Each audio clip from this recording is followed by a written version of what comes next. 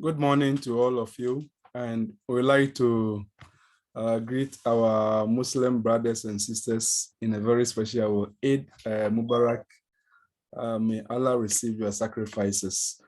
So we are having a special combined class of regular and part-time students, and we would like to continue with our discussion of terms of contract.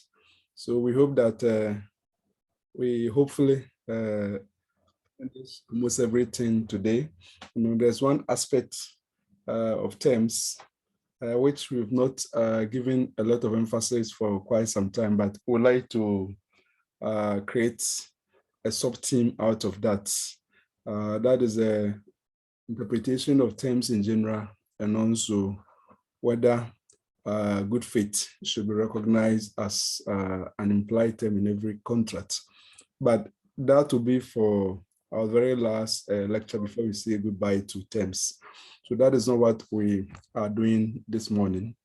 So for this morning, we would like to continue with what we'll be doing. And to do that, I'm going to give a quick recap so that all of us are on the same page as it were. So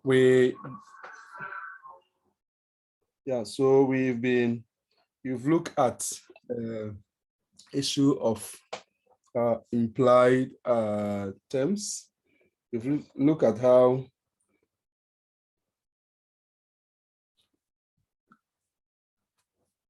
in addition to what the parties to the contract have provided as express terms, for some reasons, other things may be included as such. So if you look at how a statute, a legislation, for example, may imply terms, we look at examples in the case of a sale of goods contract and the Sale of Goods Act for that matter. We've also cited examples from employment contracts, and we cited, let's say, like the Labor Act. We've cited example from a contract between a transferor of interest in land and also a transferee of interest in land, or the landlord-tenant relationship, how certain things are considered as included in such a contract, even where the parties have not necessarily negotiated that. Then we also talk about how terms may be implied by a custom. And with respect to custom, we've noted that the custom should be well established, should have a notoriety, there should be consistency of application within the particular industry, within particular trade, or within particular community. And on that note, we indicated that because of our customary law, in thinking about terms implied by custom, we shouldn't also leave out customary law, because there are some instances that the customary law could probably be handy when we are trying to come to decision as whether a particular term may be implied by custom or not. Then again, of course, I cited the case of the Kwate and Noga. I'm sure you've read that. And we also talk about terms implied by court. And terms implied by court, we said that the court will try and read additional things or additional terms into the contract so that the contract will be efficacious in business sense. In other words, the contract will be workable. The assumption is that the parties entered into the contract in order to achieve a certain business purpose, in order for the contract to be something implementable. So therefore, where you look at the contract as the parties have made it, and it appears that certain things are obviously lacking, and if you don't provide for those things, the contract will not be workable. The business purposes for which the contract was, for example, contracted, will be defeated and all that. Then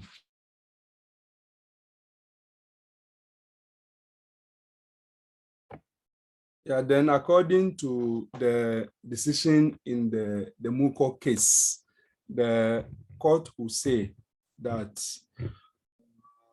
in order for the contract to work, those other things which are obviously mixing or lacking have been read into the contract.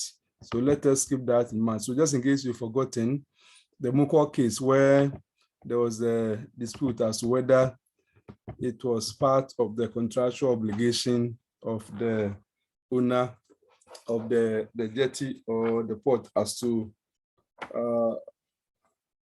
the safety or as to how safe it was for the vessel to come and dock there. And as you notice, eventually the court said that if we look at the contract, it is obvious that no business sense will be attained if there was a contractual arrangement where someone is going to dock his vessel to load and unload, and the person who owned that facility didn't have any responsibility to let the vessel owner know whether it was safe or not safe. I mean, that was really not workable. And the court said that for that matter, there was an implied term that it was also part of the contract. And so therefore, the terms were implied here in order to give the business efficacy, as we have explained. Again, we also observe that the court may imply terms when the court is trying to use the position of the reasonable bystander.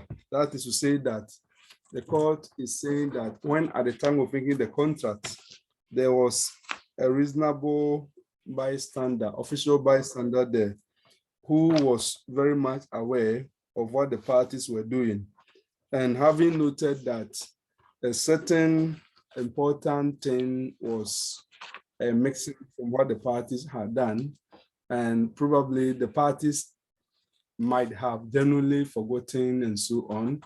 And if he, for example, mentioned it to them that, oh, but I've left out this one, the case of Liverpool and Arwen will let us know that the parties will have rightly nodded or approved what the official bystander has said and said that, yes, of course, it's also part of the contract.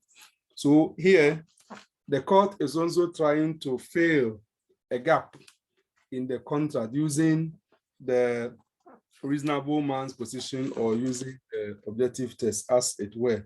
So these are some of the things that we discuss.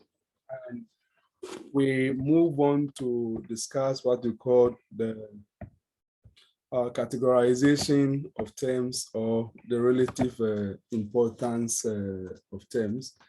And here we also noted that terms of contract are not of the same importance, that some are more important than others. And for that matter, traditionally, terms were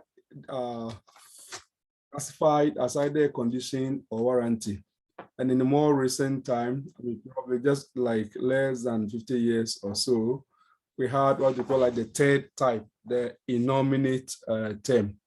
Yeah, so we took them one after the other, just to ensure that all of us are on the same page. That is why I seem to be recapping everything instead of going straight to exemption clauses, but we'll get there very soon, so you shouldn't worry.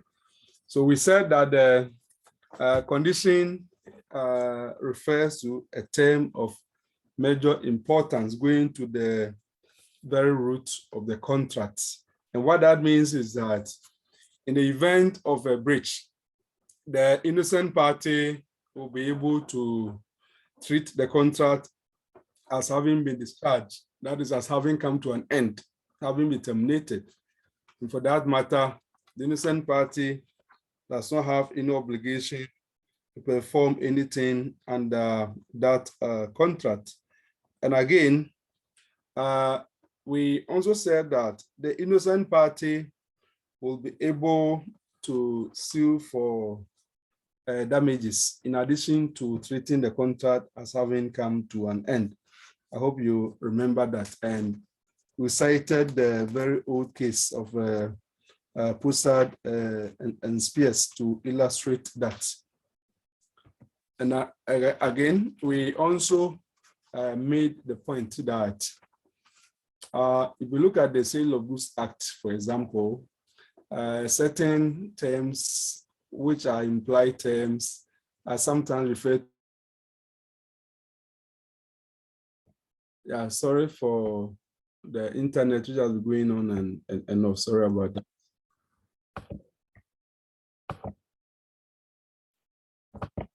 Yeah, so if you look at the Sale of Goods Act, for example, there are some times that the lawmaker will use the word condition for certain types of contracts.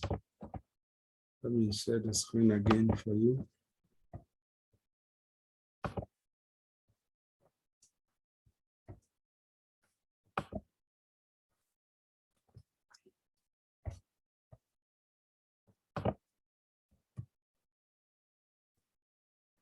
But it is also important to note that as we look at the textbook, especially if you look at the works of like the Schulers and Pfeiffer, and also Ansing on contracts, you sometimes come across an attempt to break condition into condition precedent, condition subsequent, and then subject to contract.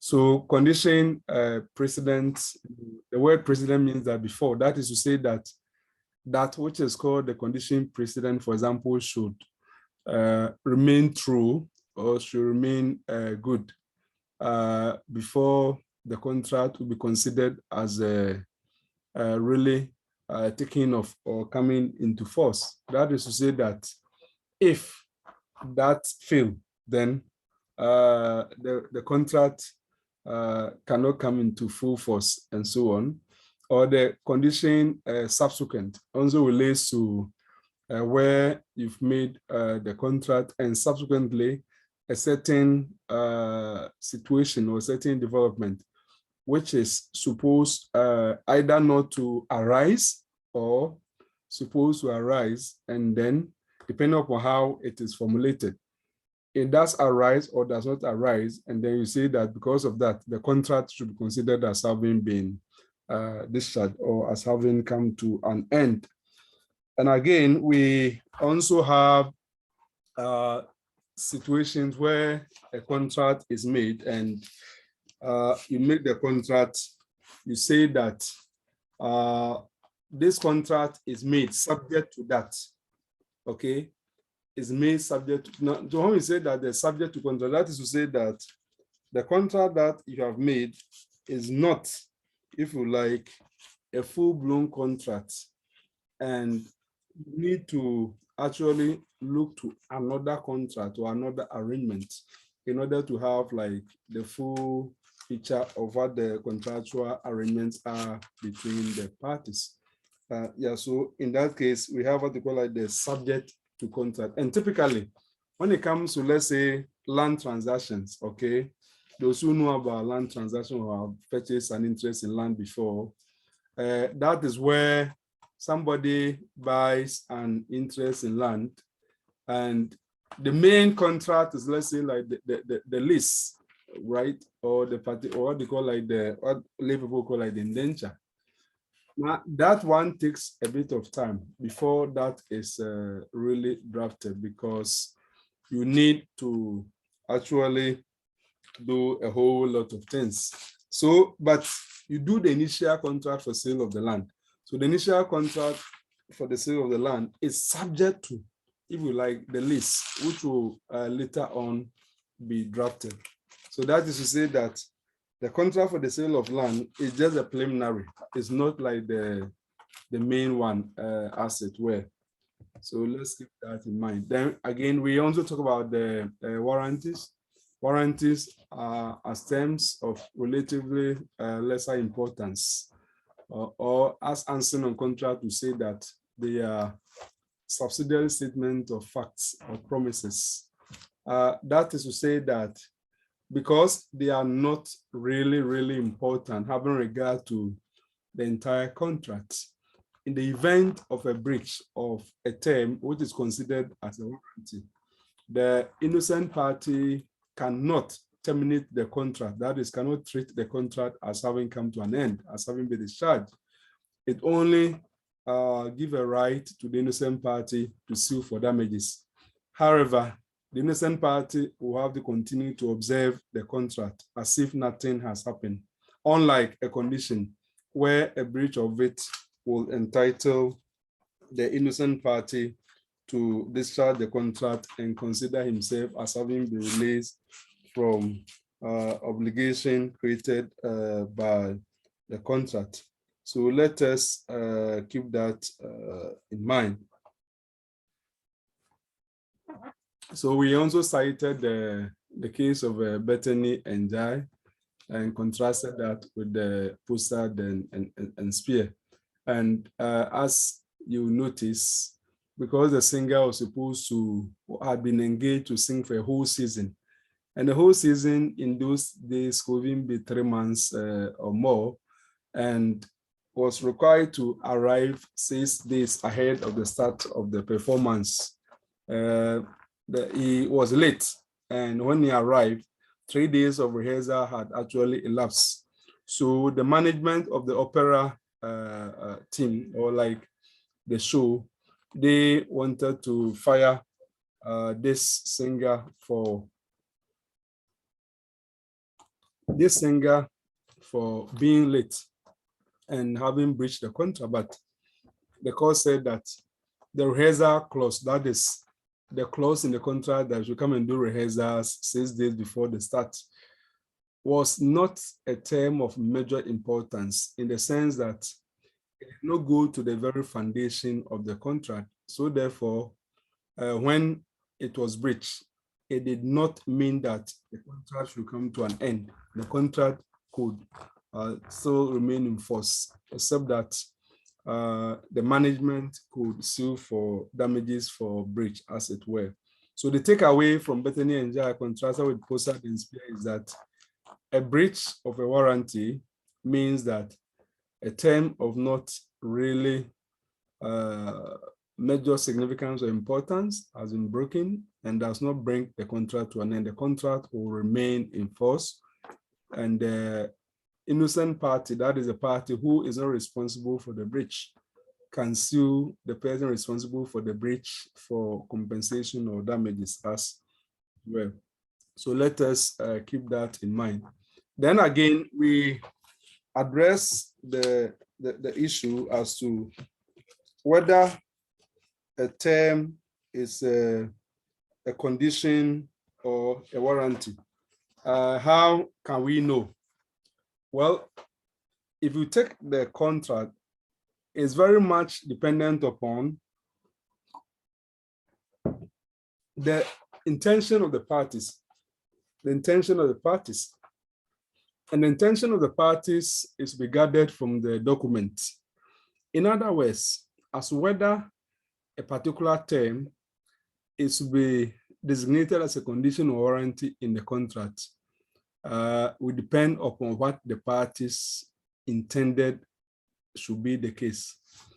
Now, this brings up the issue as to whether it is the words which the parties have used in the contract, which should actually enable us to decide whether a particular term is a condition or a warranty. But that one, the courts have indicated that, yes, what the parties have said may be useful in helping us to determine whether it is a condition or is a warranty. Nevertheless, that in itself is not conclusive, is not determinative. That is to say that the mere fact that the parties have said that this is a condition is not automatically going to let the court take it as such. It will ultimately depend upon the intention of the parties gathered from the contract itself. And that is why I refer to the case of Schuler against the Wickman machine tools. And because I've asked you to read that already, I'm going to invite Alfred Opon to tell us about what happened in the Schooler machines against, Schooler against the Wickman machine tools. So Alfred Opon, what happened in that case? You can mute yourself, Alfred.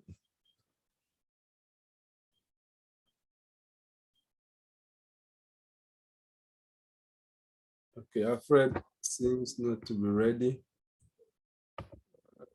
So who is there? Any volunteer can raise up your hand and I'll release you.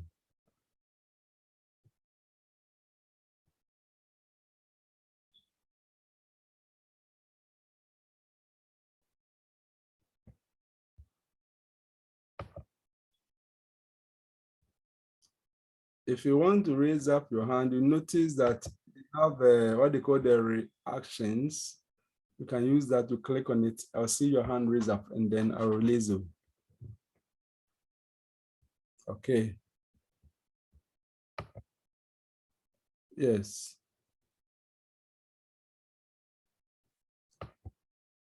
Yeah, 631, you've been released. Good morning, Doc. Morning. Yes, Reverend Father KCB. Oh, Father, okay.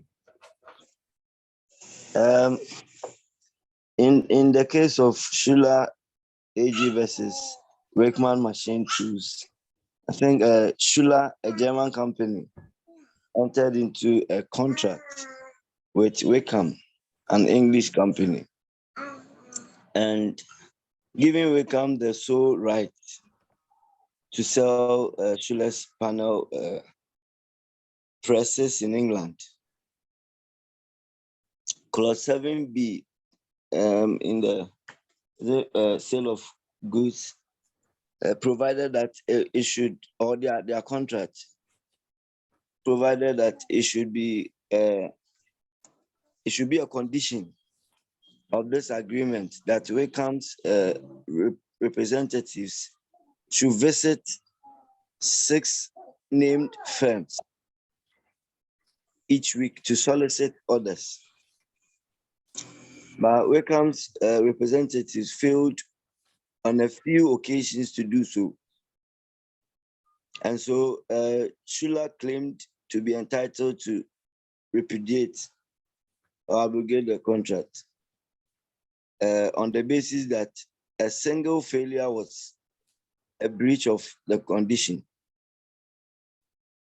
giving them an absolute right to treat the contract as at an end. So it was held that by the HOL that such a breach did not entitle Schuler to repudiate, since such a condition of the clause was so unreasonable that the parties could not have intended it. Okay. Thank you, Father. But let me see. This time is close. Just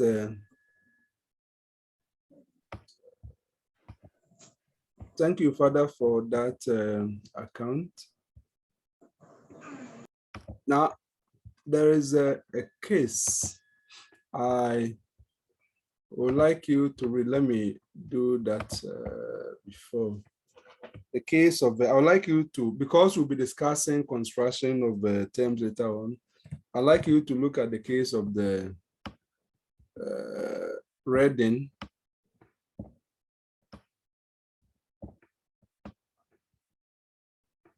Oh, that's a minute.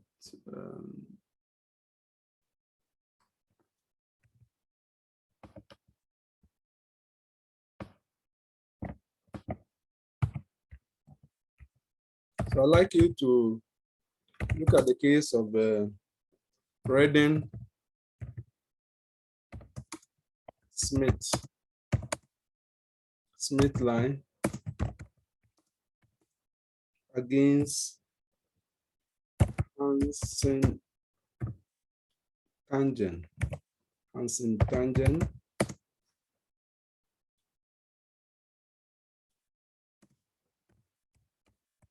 This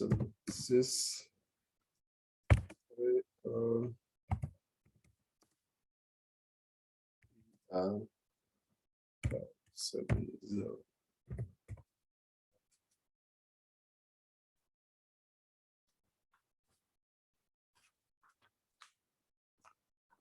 So I would like you to look at that case in relation to Schulers against Wickman machines regarding the court's approach as far as the words used by the parties are concerned, as to whether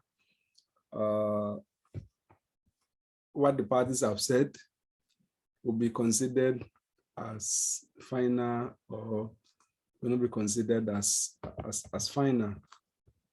So look at that as well. But the takeaway, I mean, simply is that yes, some words are considered as having become a term of art, or their technical words. And for that matter, because they're technical words, for example, if you say a condition has an assumed meaning that it is a term of major importance. And for that matter, where you have designated a particular term you are considering as a condition, and if we examine the content of that in relation to the entire contract, and we get the impression that you might have used the word condition in a very loose sense or not in the right sense, the court will not treat that as a condition.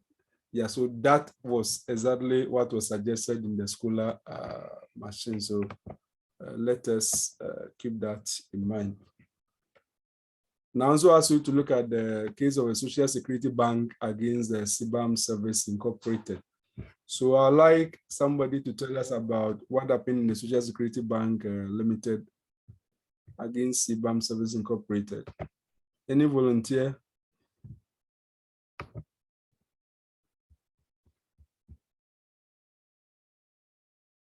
Any volunteer?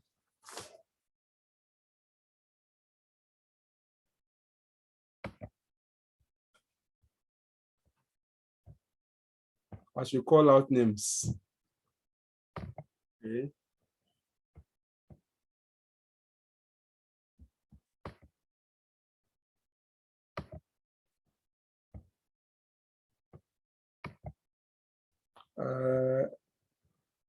Let's take Maud Dufour. Maud Dufour, can you help us? Maud Dufour. You can mute yourself.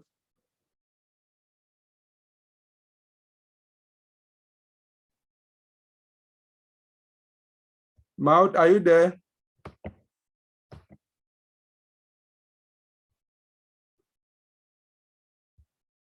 Okay, let's take Eben also. Eben, you can mute yourself.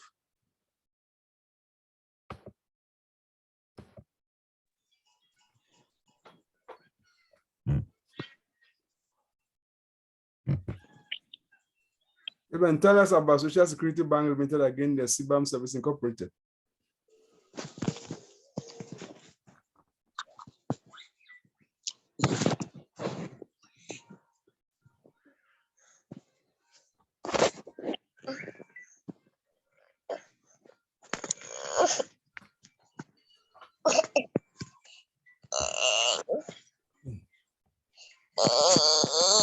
Even are you okay? What is happening?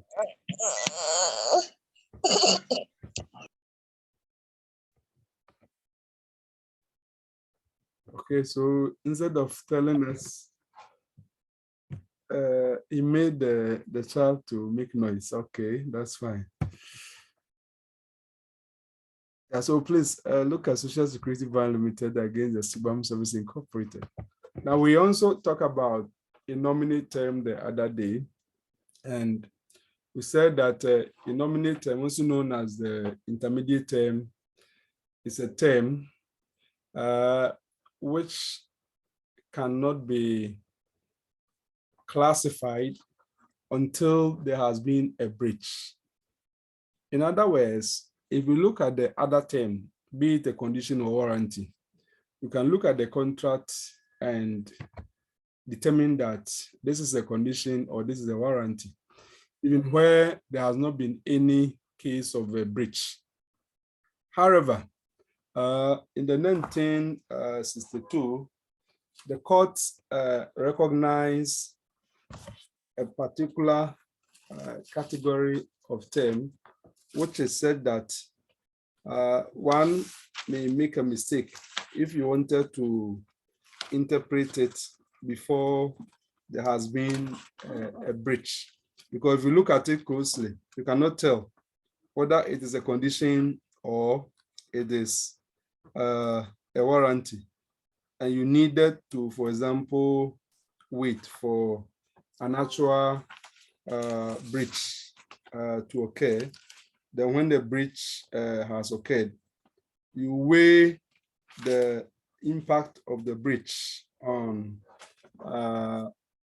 the rest of the contract. And if the impact of the breach is quite huge, you say that that term should be treated as if it were a condition. I'm not saying it's a condition.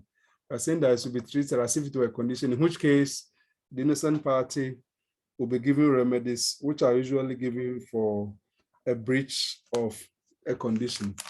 On the other hand, if you look at the impact of the breach, and it's not something really huge, it's not something major, something significant, you will say that the innocent party should be allowed to get remedies which are usually made for the breach of a warranty.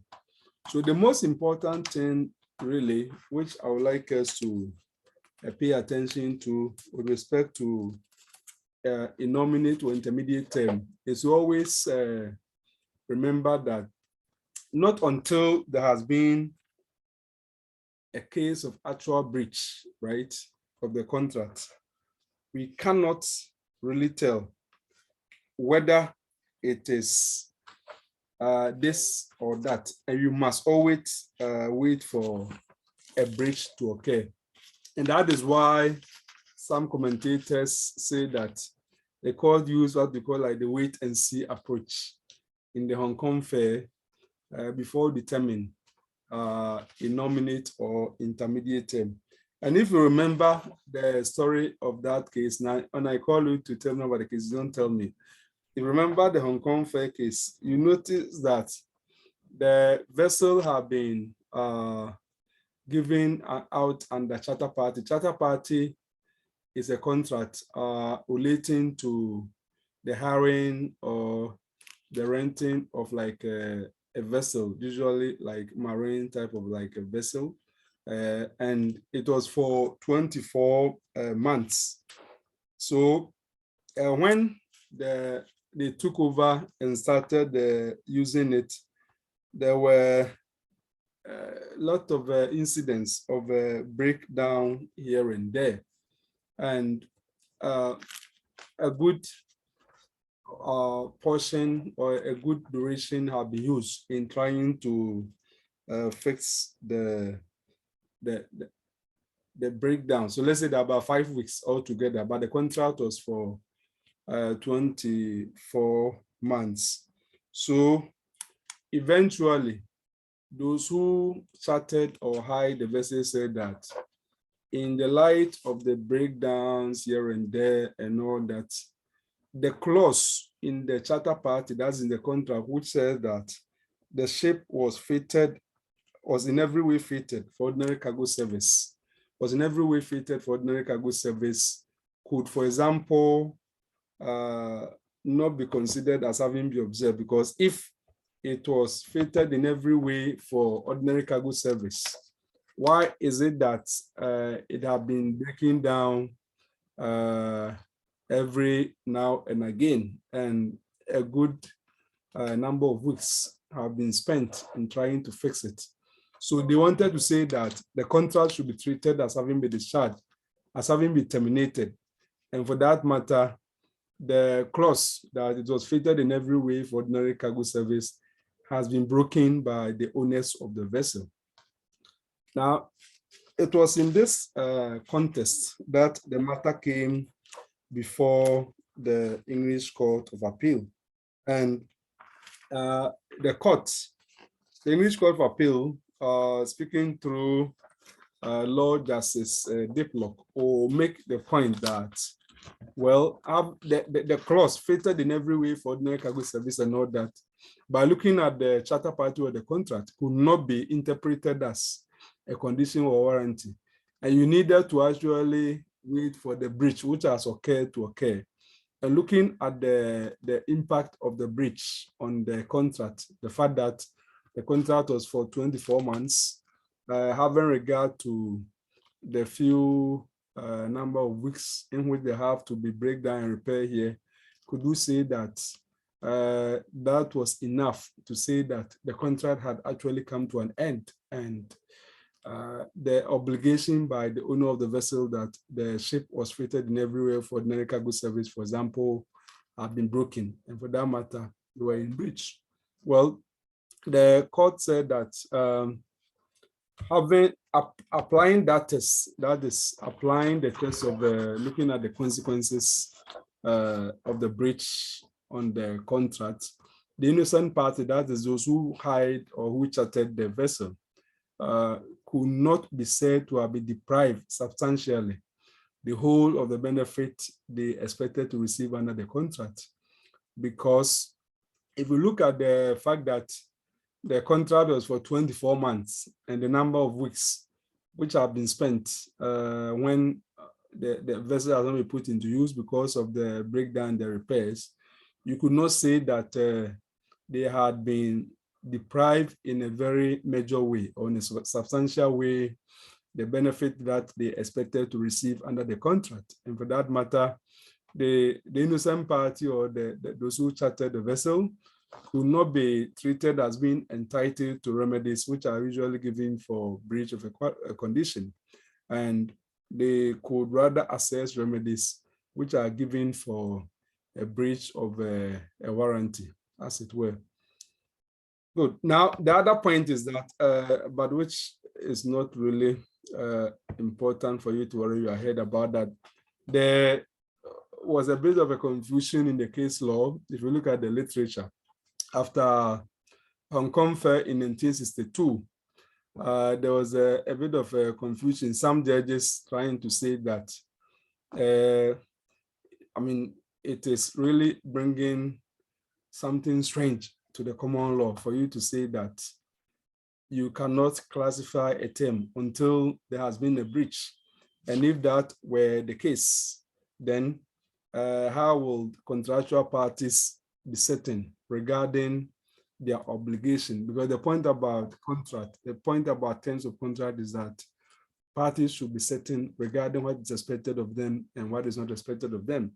And if you, for example, have to wait for a breach to occur, then how will you be quite certain about what is expected of you under the contract? So because of that, if you look at the, just a minute, I think my screen is gone off. Let me just do this for you.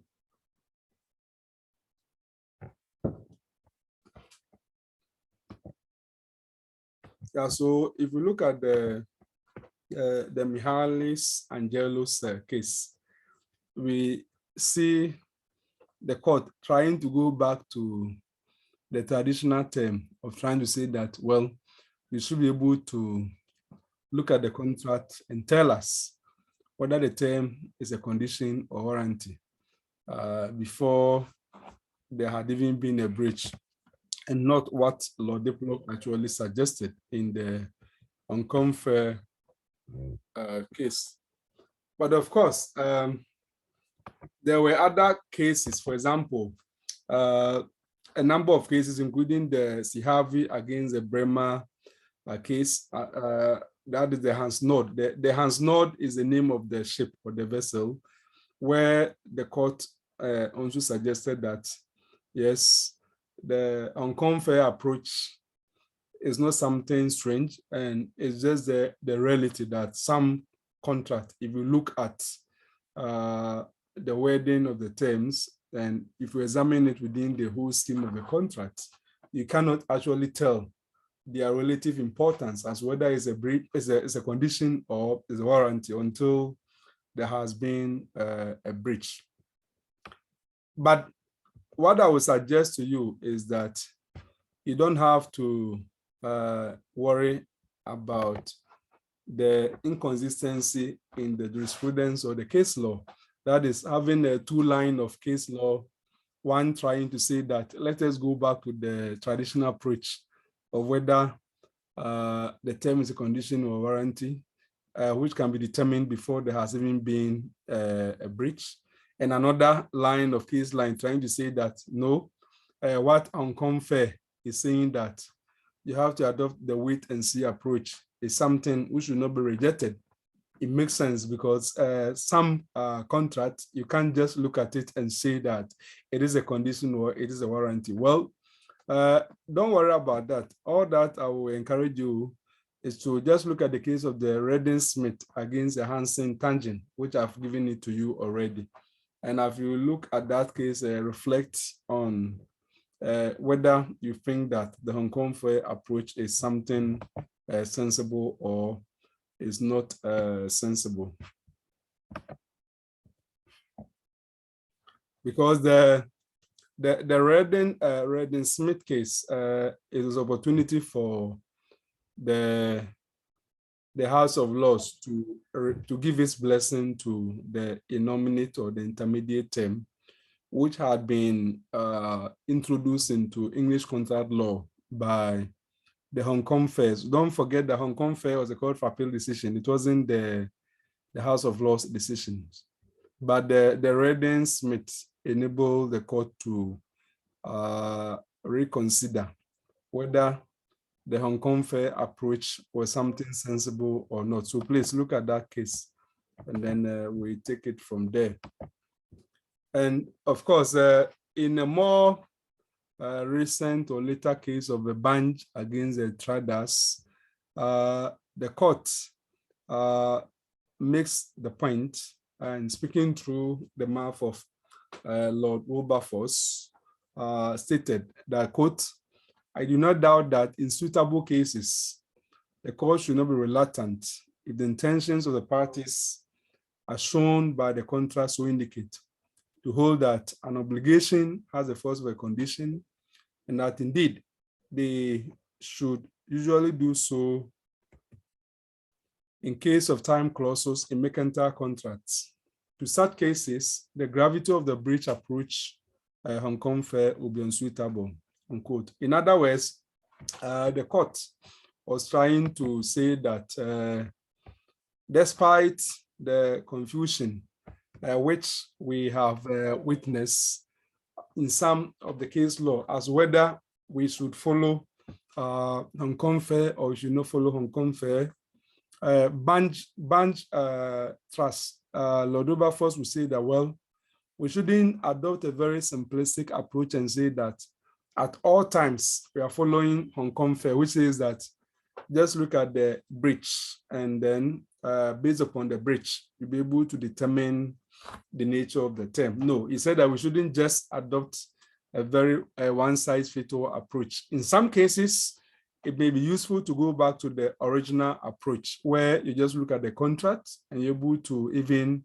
interpret the contract, know the intention of the parties and say that they wanted this to be a condition or they wanted this to be a warranty when there has not even been an actual case of a breach. And in other cases too, where that will not work, then you follow the Hong Kong fair approach. So in the past, there has been an examination question where students have been invited to discuss whether Lord Diplock's approach in Hong Kong Fair actually necessitates or requires that we abandon the traditional approach in distinguishing between a condition and a term, or in classifying the term.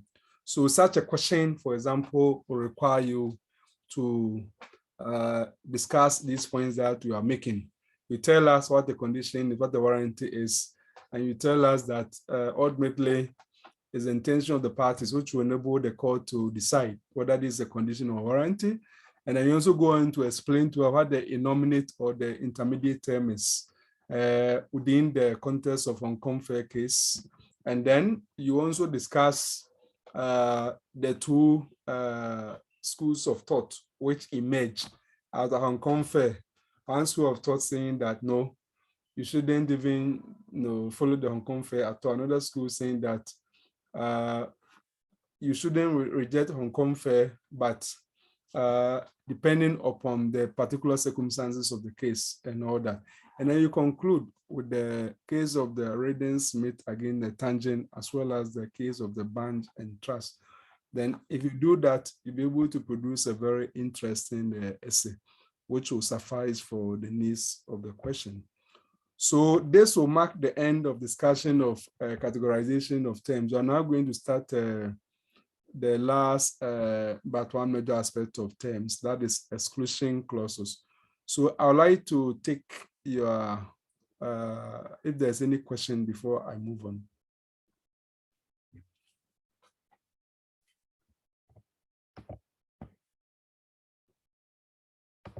Okay, there being no question, I haven't seen anybody hand up. We are going to continue. Okay, Father. Is he the one or another person? Yeah, I want to ask whether under the innominate and intermediate term, the Hong Kong Fair shipping case is the, let's say, the required or the number one case, which every other case revolves around.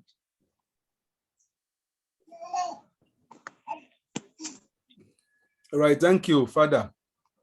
Yeah, so as you rightly indicated, the Hong Kong Fair is a case out of which emerged the concept of innominate term. So therefore, if we mention Hong Kong Fair, every student of law of contracts, what will come to the person's mind first is the innominate or the intermediate term. So Hong Kong Fair is synonymous with innominate term or intermediate term. So you are right in that respect. So lawyers will say that if you are talking about a innominate term or intermediate, Hong Kong Fair is a locus classicus, or is the cause célèbre, or the landmark case, as it were. So you are right. Good. So having said that, we would like to continue with discussion of exclusion clause or exemption clause or limitation clause. So if you look at the literature, you come across these terms: exclusion clause or exemption clause or limitation clause. So we will try and explain what each of them mean, despite the fact that oftentimes some writers may create the impression that they are interchangeable. That is, one can signify the other. So what happens is that when it comes to contracting or structuring relationship with others concerning the transaction, it may well happen that a clause or a provision is put in the contract by which one party is saying that I am going to refuse to accept liability for certain things I'll do, or I cannot be held liable, I cannot be held responsible for certain failures or for certain wrongs which I'll commit. Now, where the clause or the provision is seeking to say that under no circumstance would the person will be held liable for any breach of contract, for example, we can say that it is an exclusion clause. Exclusion clause, also known as exemption clause, because you're exempting yourself or you're excluding yourself. On the other hand, where a party is not saying that I cannot be held liable at all, and is rather saying that, well, I can be held liable only up to a certain point, and beyond that point, I'm not prepared to bear any liability, then we call that limitation clause. So as the name suggests, you are limiting your liability. You are not saying that I cannot be held liable at all. You're only trying to say that, well, I can be held liable only up to this point. I cannot be held liable beyond that. Or if it's about payment of money, you are saying that, well, I can be held liable for this breach. I cannot be held liable for that breach. Or this quantum of money and so on. So that is a limitation. You are not, it's a partial exclusion. You are not really exempting yourself. Now, we usually see this in a standard form contract. If you remember last semester, we talked about the standard form contract, or also known as a contract of adhesion. So a standard form contract, also known as a contract of adhesion, simply means that you have a contract which has got a set of terms which are used for all manner of people. That is to say that anybody who is going to contract with you, you are going to use the same set of terms. And this usually happens in a number of situations. For example, when it comes to we are all using the phones now, the telecoms. We have various contracts with them, although we don't even bother to read them. But if you are to pay attention to the wording, you notice that it's the same thing that they use for all of us. Not only them, you go to electricity, you need a light to your house. If you look at the terms and conditions, it's the same thing that they give to all of us. So that's why we call it their standard terms. Or sometimes even go to a bank to open an account. The terms and conditions relating to the particular account, if you compare it to that which they give to other people, you notice that the same thing. And that's why I call it the standard form contract, also known as a contract of what? Adhesion. Now, it is in that type of contract that we often encounter these devices we call the limitation clause or exemption clause or exclusion clause. Now, that is problematic. That is whether having limitation clause or exemption clause is problematic. Why is it problematic? In the usual course of things, you and I have a contract. If I'm in breach, you would like to have your full pound of flesh. You would like to hold me liable. So why is it that when you are in breach, you do not want me to hold you liable? Or if you want me to hold you liable at all, you are saying that, well, when I am in breach, I cannot be held liable beyond this amount. I mean, that suggests unfairness. And if you remember, in a standard form contract or in those type of contract where you see one party trying to insert or trying to put a limitation or exclusion or exemption clause, now that party invariably happens to be the stronger party. A stronger party in the sense that he or she has got more bargaining power, has got more economic muscle than the other party. So the other party is like the relatively weaker party, and he or she virtually has no say. Either he agrees or he goes without it. And that is why we call the standard form contract, take it or leave it contract. You take it or you leave it. You cannot really do much. Just imagine if you want to get a, maybe you have a Momo or you want to register an account or anything like that. The terms and conditions, you cannot even change a word, let alone even a sentence.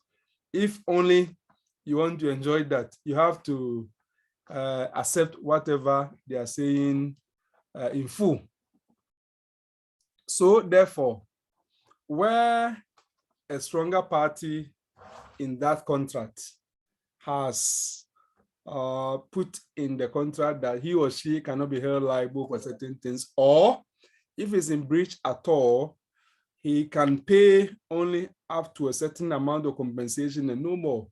That obviously is not fair. And that is why the common law sets a very stringent test, a very rigorous requirement, which must be met before the exemption or the exclusion or the limitation clause will be considered as valid. And that test is that the term must be incorporated in the contract. That is to say that there must be a convincing evidence that that term was really made part and parcel of the contract. It's an integral part of the contract. It's not just peripheral. And that is important. That is to say that the weaker party to the contract must be demonstrated to have been very much aware that this is what was in the contract that he or she was becoming a party to or signing up to. And because he or she was aware, then we can take solace in the fact of freedom of contract, because in that case, he or she was very much aware that the contract that he or she was going to be part of contained this particular clause, which seeks to exempt or exclude or limit liability for one of the parties to the contract. So long as he was very much aware of that, we can really say that he took a calculated risk or burden. So that is why the first test is that it must be incorporated into the contract. You come and see more about this and how it actually plays out in practice. The second test is that once the court has established that the term was really incorporated into the contract, the court will also examine the wording of the contract to find out whether it actually covers what actually happened. In other words, the breach, look at it. The exemption clause or limitation clause is supposed to be like a sort of like a defense. A breach has occurred, and you are trying to say that yes, there's a breach, but I made it clear that I'm exempted from this kind of breach. Or if I'm not exempted at all, I have only a restricted liability. I can only be held liable up to a certain point and not beyond that. So it's a defense. So when the breach has occurred, the court must examine the wording of the clause to find out whether it actually covers that which happened. So these are the devices or the mechanisms which are used to check the use of exemption clause or limitation clause at common law. So for example, if you are invited in examination to discuss the mechanisms which are used to control the use of exemption clause, your discussion is going to revolve around these tests, but we are now going to take them one after the other and actually discuss them and see how it plays out. So let's take the first one, which is that the clause must have been incorporated into the contract. So that is the first test we mentioned, so incorporation. And the rule is that exemption clause or exclusion clause will only be binding if it is of the contract. That is to say that if it is incorporated into the contract. In other words, where there is no evidence that the exemption clause was really made part of the contract, then it will not be upheld. So therefore, if the exemption clause is contained in the document, the court must be convinced that it was integral part of the contract. And a very good case to illustrate the point that the document containing the exemption clause must have been integral part of the contract is the old case of a Chapelton against Barry UDC. Very interesting case. Interesting in the sense that there was, Olivia. Olivia hand is up.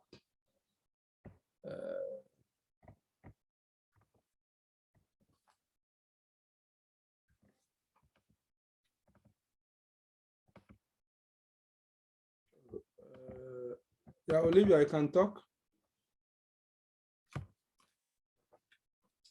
Olivia. Oh. Olivia Justina, I think you can unmute yourself.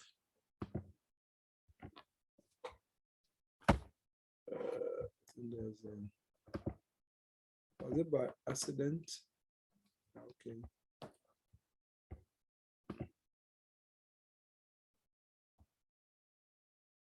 Olivia, you cannot hear me.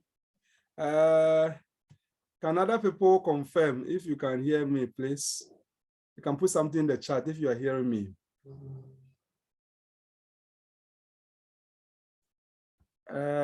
Can somebody type in the chat if you hear me, because Olivia is saying that she cannot hear me.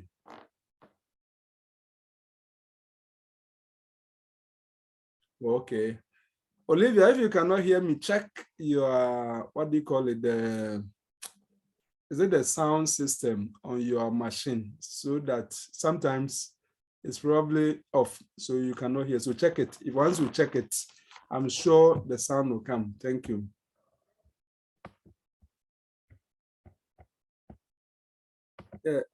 Evans, you can mute yourself. Doc, please, a quick one. To address Olivia's problem, she's using an Android phone.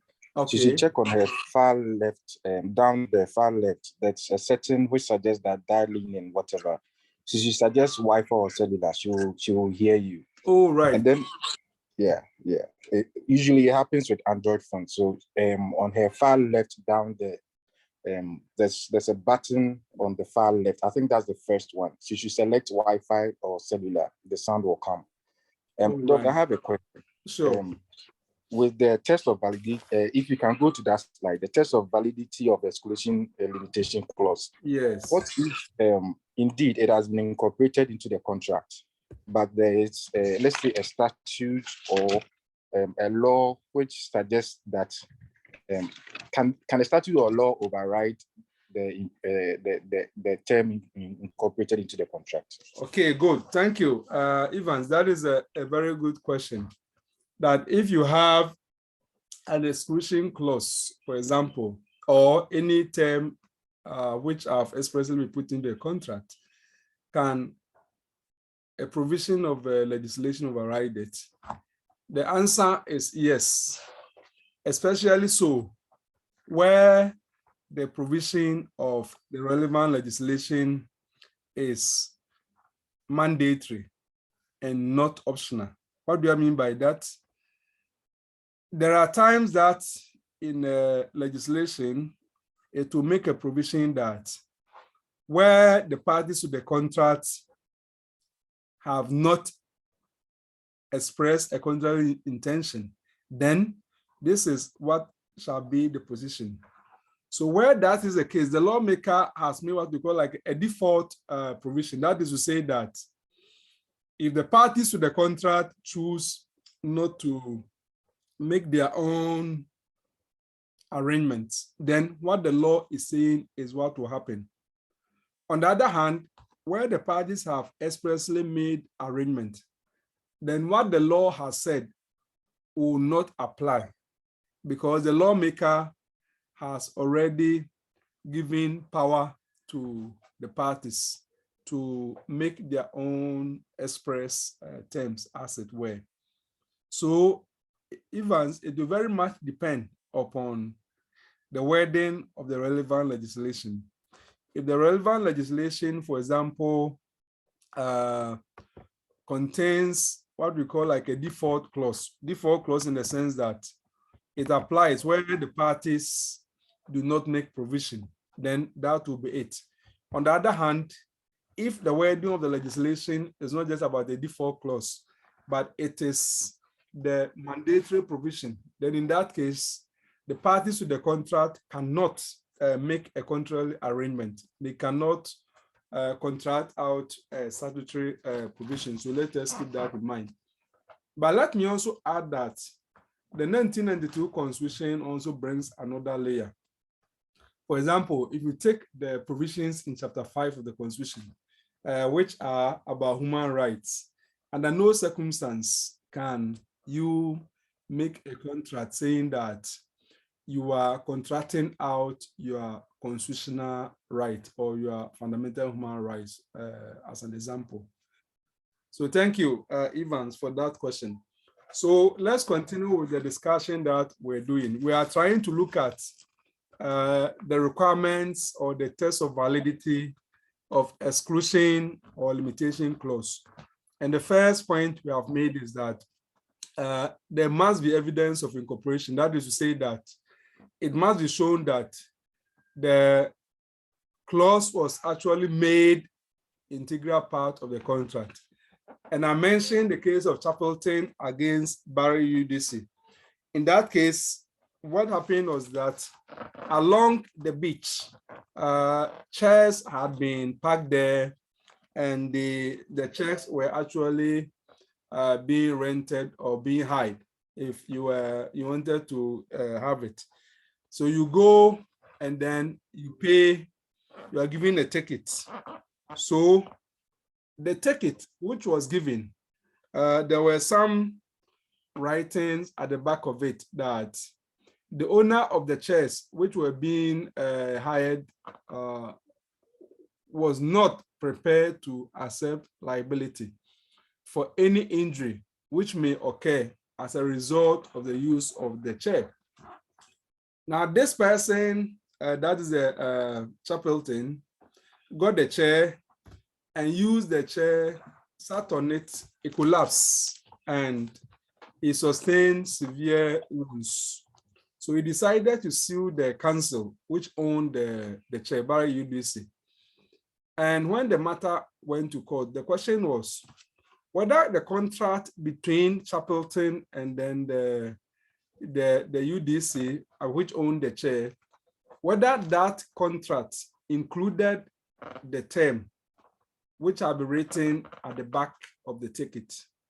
Because the writing at the back of the ticket was that those who own the chairs could not be held liable for any injury which may be occasioned as a result of the use of that chair.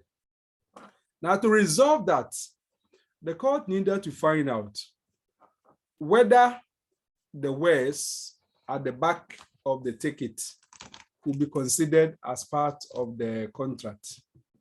So it was in that context that the Court of Appeal, applying the objective test, said that would any reasonable person, for example, recognize words on a ticket which is given to you after the contract is made as forming part of the contract? Because in the court's view,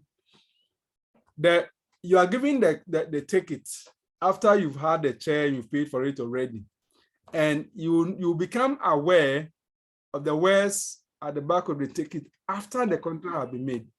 And because you become aware after the contract has been made, in the court's view, that could not be considered as forming part of the terms of the contract, as it were, because it was after the fact. You become aware of it after the contract. So it did not satisfy the requirement that it should form an integral part of the contract. So that is the case of Chapelton against Barry UDC. So the takeaway is that the contracts, I mean, the words at the back must have formed part of the integral part of the contract. Now, still on the point of incorporation, the point that the exclusion clause or the limitation clause must be made part of the contract, it is usually considered in three ways. In other words, you can use one of three means to show that the words, the exclusion clause form part of the contract or do not form part of the contract. So we are going to look at where the contract requires signature of the parties, what the law says. Where the contract does not require signature of the parties, what the law says. And then where there has been a cause of dealing between the parties, what the law says in terms of whether a particular clause which is being asserted as being exclusion clause forms part of the contract or does not form part of the contract. Yes, Stephen Opoku. Yes, sir. Yes. My question is on this case, the Chapelton Barry USD something. Yes. What you were saying. So if you have usual course of dealing with somebody, which I should say, I have a contract with someone who used to supply me water every day. When the persons come and then I'm not there, he can just deliver it to anybody over there so that when I come, I can take it. And then a certain day may even come, the person may bring a formal contract, which he needs, the person can even bring a clause that if I come and then you are not there, I will not deliver it to anybody, which I may sign it without reading it and see that clause had been included in it. So at the end, if I take it like my usual course of dealing, if I'm not there, you can come and deliver water to me, and the day that I will come and meet no water, how can that too be resolved? Because I will have a usual course of dealing. Anytime that you come and I'm not there, you will deliver the water to me. By the day that came, when I come, I saw that no water was delivered because a new contract has been formed that if I come and you are not there, I'm not going to deliver that water. Okay, thank you, Kofi Poku. You mentioned Chapelton against Barry UDC, and then you quickly talk about course of dealing. Chapelton against Barry UDC does not really illustrate how we recognize exclusion clause in the case of a course of dealing. But the point you raised regarding the course of dealing is a very interesting point. And as you notice that I have just mentioned three ways by which the court exploits the issue as whether exclusion or limitation clause has actually been incorporated into the contract. And these are by signature, by notice, or by course of dealing. So we will come and discuss by course of dealing very soon. So let us go according to like the order presented. They look at the by signature and then by notice, and then we come and discuss by course of dealing, and then your question will be addressed within the context of that discussion. Thank you, Kofi. Okay, so where the contract requires signature of the parties, then the court will make a determination as to whether exemption clause has been incorporated. When the court is able to establish that a party against whom the exemption clause is going to operate had appended his or her signature. In other words, if you sign a document containing exemption clause, the presumption is that you have accepted the exemption clause to be part of the contract. And for that matter, it satisfies the requirement of incorporation don't forget that at the outset, we indicated that due to the inherent injustice or unfairness associated with exemption or limitation clause, the common law sets a very stringent or very strict test that before we recognize exemption clause, there must be evidence that it was duly incorporated, duly made part of the contract. So how do you resolve that? Where you have appended your signature to the contract, then it's puts any doubt away and really confirms that you have accepted that the exemption clause or the exclusion clause or the limitation clause should be part of the contract. Of course, as I said, that is the general rule. And this general rule operates on the assumption that you sign the contract not as a result of any fraud, not as a result of any misrepresentation. So therefore, where you have signed the contract freely, not because you have been deceived into signing, or you have had any misrepresentation inducing you to sign, then you are deemed or you are presumed to have accepted the exemption clause. And again, if you sign without even reading, you are bound by it. So it's no defense for you to say that, oh, I didn't read before signing. Once you have signed, you are deemed to have accepted it. And that is why in the old case of Lestrange against Graco, very interesting case, Lestrange against Graco, where someone went to buy a cigarette vending machine, and there were words which have been written in a very small character, although it was legible. And part of those words stated that the seller of the cigarette vending machine was not prepared to accept any liability for any breakdown of the machine and so on. So the buyer signed the document having bought the machine and took it and have it installed in his business area. He also has something like a pub, if you like, and in no time the machine broke down. So she sued the company which actually sold it, and those who sold it placed reliance on the exemption clause, which she has signed. And during the trial, she made the argument that, well, she didn't read it, although the evidence was that if she had wanted to read it, the writing could have been read. It was legible. And the court said that insofar as she had signed the document containing the exemption clause, she was bound by the terms. And that was why Lord Justice Scruton, in that case, will say, and I quote, "The plaintiff, having put her signature to the document and not having been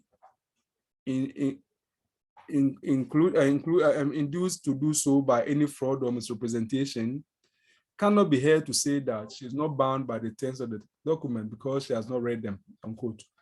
In other words, where you have signed the document containing the exemption clause, it does not matter that you do not read it. You are bound by what the document is saying. The similar point, if you remember the case of Wilson and Brobe, the court made a similar point that if you remember that case, it was about where someone signed an invoice and he said that he thought he was signing it as a guarantor for someone when the invoice is not actually suggest that. And the court said that your negligence is not reading the document before signing cannot excuse you from the effect of what? Of the signature. So we as law students, and for that matter, as literates, we shouldn't sign documents without actually reading them, because once your signature is found on that document, the assumption is that you have accepted to be bound by what the document is saying. Of course, as we indicated, that principle operates on assumption that you signed the document freely and there was no fraud. And for that matter, where there are problems leading to the signing of the document, you could be excluded from the effect of it. So we are going to look at the exception, but I notice someone's hand is up. So let's take the person. Oh, okay, the person has put down his or her hand. So the exception, that is, when will you be excused despite the fact that you signed the document? When will the document that you signed will not be binding on you? That is where you signed the document as a result of fraud or misrepresentation. If you sign the document as a result of fraud or misrepresentation, then despite the fact that your signature is on the document, you'll be excused and you'll not be bound by what the document is saying. What do you mean by that? Where you went somewhere and a person you were dealing with, for example, deceive you into signing a document, when the document meant something different from the true intention of the party who deceived you into signing, then you will be excused from the effect of the document. So if you look at the case of Curtis against Chemical Cleaning Company Limited, a woman had a wedding gown, and the wedding gown had embossed on it certain decorations, sequins and beads and all that. So when she took it to the laundry attendant gave her a document to sign upon collecting the gown from her. And the woman inquired, "Excuse me, what is this for?" And then the woman explained to her that the document that she was signing actually meant that the company was not prepared to accept responsibility, which may occur as far as the destruction to the decorations were concerned, like the beads and the sequins. In other words, the woman signed the document thinking that she was signing a limitation clause, in which case the company was trying to say that, okay, if there's a destruction to the beads and sequins, we are not prepared to accept responsibility for that. However, the truth of the matter was that the company was saying that it was not prepared to accept any responsibility, howsoever arising. That is to say that the company was not only limiting its responsibility or was not only trying to exclude responsibility for destruction to the beads and sequins, but it was excluding responsibility for any other form of destruction as well.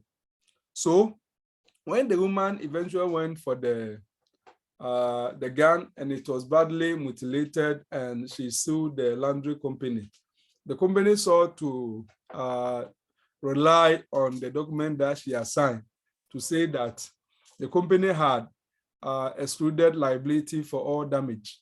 The court said that the fact that the woman has signed the document will not necessarily mean that she's bound by it because she had been deceived into signing it.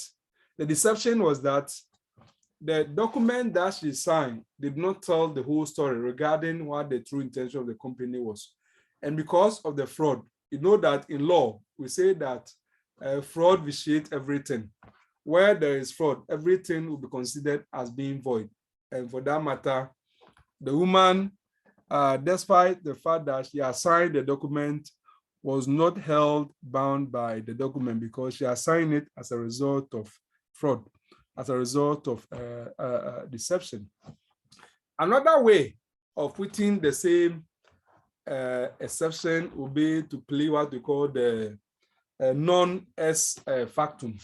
Non-ex factum simply means that the person is saying that despite the fact that I have signed this document, those documents that I have signed is not my deed.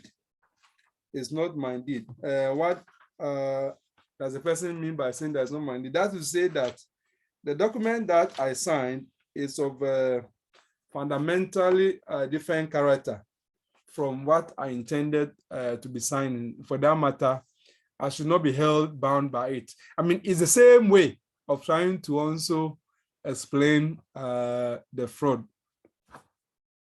because non ex factum simply means it's not my deed. They're saying that, yes, I signed this document, but this document that I signed is radically different from what I intended to sign. And for that matter, despite the fact that the signature is mine, that is not what I intended to sign, and I should not be held bound by it. So if you look at the case of a Sanders against the Angular Building Society, also known as the case of the Gali and Lay, it illustrates that point. But again, in that case, as you look at it, the woman did not read the document, and because her glasses were broken. Now that's, yeah, who signed this up? Yes, you can unmute yourself. You can unmute yourself.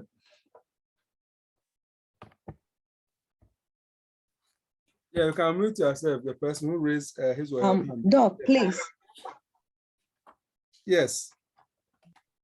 Doc, please, concerning Curtis Chemical Cleaning Company, something. Yes. Did the claim, or was the claim successful? Please, was the claim successful because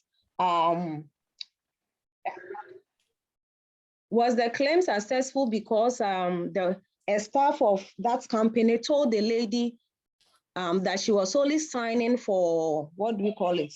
A destruction of the beats and sequence, or was Yes. it because? Was it because? Or was it because was it clearly stated that?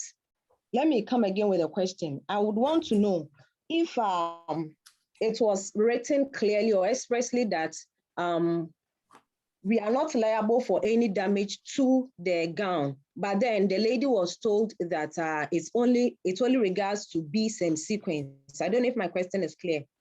Yeah, so what is happening was that what the woman was told and what could actually be read.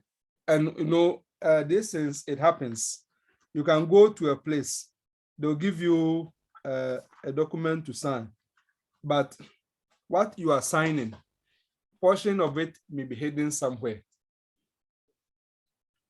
So that was the point. But if you examine the document closely, eventually during the trial, that which was proved was that the company was saying that it was excluding liability howsoever arising. But the woman had been told that what the company was excluding liability was in relation to just the decorations. So that was the deception. That was the deception. Okay. So what she had been told was, if you like, inconsistent with the true scope of that which she was made to sign. So that was the dishonesty. Yes. Thank you, Doc. Okay.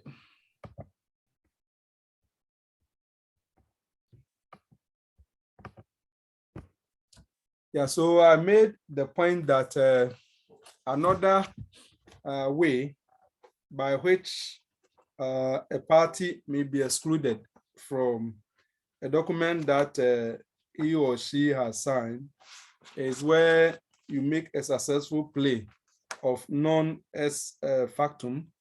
And as I said, it simply means that you are trying to say that despite the fact that you've signed the document that you have signed is radically different from that which you intended to sign. And for that matter, you should not be held to what the document is saying. Well, where that can actually avail you, you must have be diligent. You must have done all the due diligence. What do you mean by that? If you are supposed to read the document, you ought to have read it. If you did not read it, or if, for example, you are someone using spectacles to read, your spectacle was not available, and for that matter, you couldn't read, and you didn't bother to let somebody to read it for you, and you just went ahead and signed the document, you will not be allowed to argue that non-ex factum, that despite the fact that I have signed this document, it is not intended to be what I wanted to sign, so I shouldn't be held liable to it.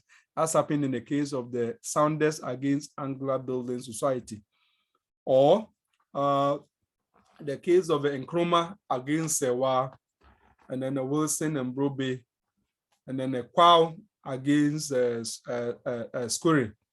All Ghanaian cases suggesting that the mere fact that you didn't read the document properly, or you didn't read it at all, will not entitle you to invoke the defense of non-ex factum. In other words, you'll not be allowed to say that you shouldn't be held bound by the document that you have signed, simply because you didn't read it well, or you didn't understand it, or you didn't read it at all. And that is why, as I said, if you are not sure, don't read it, don't sign it. Because once you sign, we sign as a means of authentication. In other words, we sign a document, or you tampering the document as a way of giving our approval to it.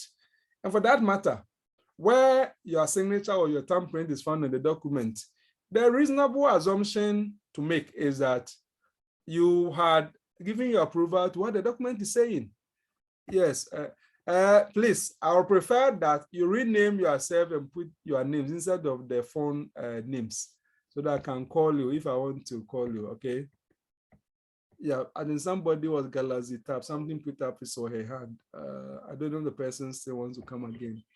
But if you can rename yourself and use your rare name like Ivan Sosebonsu and Stephen, that would be very good. Right, thank you. So we are moving to another test by which the court will determine whether an exemption clause satisfies the requirement of incorporation. In other words, apart from signature, can we also show that an exemption clause was duly incorporated? Yes, Derek Cosby. Derek. Can you hear me? Yes. Okay, Doc, in a situation where someone's signature has been fraudulently signed by another person, and then the person whose signature has been fraudulently signed indicates that he's not the right person who signed the document. In this case, let's say party A has signed a document, my signature, and it's correctly Derek, before you continue, regular student, can anybody confirm if you are here? Because this class is meant to be for both of you. You can indicate in the chat if some of you are here. All right, Cosby, continue. Okay, Doc, so in a situation where someone signs my signature, and then the signature looks exactly as mine, okay.